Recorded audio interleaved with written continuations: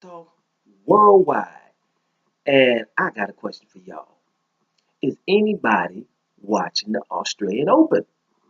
Like I told you, it's going down. No pun intended, because it's down under. Man, the Australian Open, now I'm a day behind. I got to catch up on a lot of things. Life is funny like that. But, we had two number ones. The world number one by the women and by the men were upset on the same day. Angela Kerber, she was beaten by, let me see, who was she beaten? Oh, Coco Vandeweghe, American, right? That's probably her biggest win in her career. Now, these number ones, you know, that's why you can respect the ones that are number one from long periods of time. It's easier to chase people than to be the one that's hunted. You can always hunt, right? But when you're being hunted, it's a little bit hard to keep that focus. It's a little bit hard. The pressure is always on, and people are playing their best tennis when they play against you. That's why people like Federer, who were number one for years, the Steffi Grafs of the world, Navratilovas, Sampras's, they've been number ones for long periods of time. This is an example of why they are elite or tennis royalty. Well, anyway, back to the point. Don't let me start rambling. She lost yesterday, right? And that's, not easy for her. But like I said, she can go back and regroup. Coco Vandeweghe is in the quarters now. So this is huge for her. Now going over to the men's side, Andy Murray. He lost to Misha Zverev, right? Andy Murray, number one, right? See how quick it can happen. Djokovic lost earlier. Now it's Andy Murray. It's gone. Now, I didn't see that. I didn't see this coming. I didn't see both Djokovic and Andy Murray not making the semifinals of this Grand Slam tournament. I would be lying if I said I expected that. And Zverev, uh, I'm going to keep my eye on him because of the simple fact it's the way he plays is almost extinct. When is the last time you seen somebody playing serve and volley? Right? What? Edberg, Stefan Edberg, Martina Navratilova.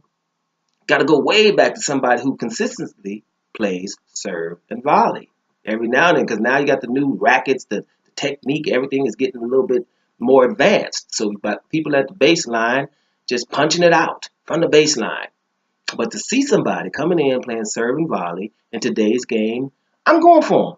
Simple as that, unless he play Federer, which that's what he has to do. So in that match, I'm still going for Federer because it's Federer, right? But if Zverev was to beat Federer, then I'm going for him all the way, just because he's playing serve and volley and he's not following what everyone else is doing, and he's up there in age. His little brother is the guy that everybody has their eye on. So Alexander Zverev. But to see Misha do this at this age, about 29, I think it is. I didn't do the research, but I know he's up there in age. So this is pretty good for him. It's significant for him to be in the quarterfinals of a Grand Slam tournament. This is pretty awesome. Two number ones gone. So we got the quarterfinals coming up. Now, Serena Williams, she's made the quarterfinals. She beat my girl, I can't really say her name. Let me try to pronounce it, Strykova. Now, Strykova, I'm going to keep my eye on her in the future because she was hitting that ball cleanly. Okay? It was incredible to see Serena come back from that. I think Serena was down 5-3 in that first set, and this girl hitting that ball cleanly. And she was very, very good, this girl here, and had belief in herself. She really believed that she was going to win this match. You can see it. And then, sometimes the ball is big as the moon. And she just hitting it. And she was hitting really good shots. And Serena played decently. Serena's going to have her high unforced errors, like always. But Serena played decently. It wasn't her best day, but she played decently. And she barely came through this match. This girl here gave her a good match, which is probably not good for her next opponent, because Serena had to go through it with this match. So we're going to see Serena in the quarterfinals as well. So it's going down there. And I'm just switching from men to women. I'm gonna go to Federer to win that 5-set match against Nishikori. who is very hard to beat. I would call him a very, very good tennis player. I won't call him elite yet till he wins a Grand Slam, but he's very, very good. Federer was really up against it in that first set, down 5-1, and come back in that set. And then they go to a 5-set barn burner, right? For Federer to come through that match means that he's on form. So we're going to have some serious quarterfinals coming up at the Australian Open. I am hyped. I'm going to try to watch all these matches now. I can't watch them all. You know, people got things to do. But I am excited, and it's really, really going down in the Australian Open. Now in the quarterfinals, let me go through it real quick. You're going to have, on the men's side, Federer versus the serve and volley guy, Zverev. I'm going to go with Federer here, right? Just because it's Federer, period. I ain't going to talk about it long because I'm going for him. I would love him to win. You know, I'm a Federer fan. I would love for him to win. If Zverev were to beat Federer, then I'm going to jump on his bandwagon just because he's got serving and volleying. Just for that, simple as that. He's serving and volleying in today's game. You got to love it, period. Now you got Wawrinka versus Tsonga. I like both of these guys as well. Wawrinka, I feel, has the best backhand on the men's tour. Well, the best one-hand backhand on the men's tour.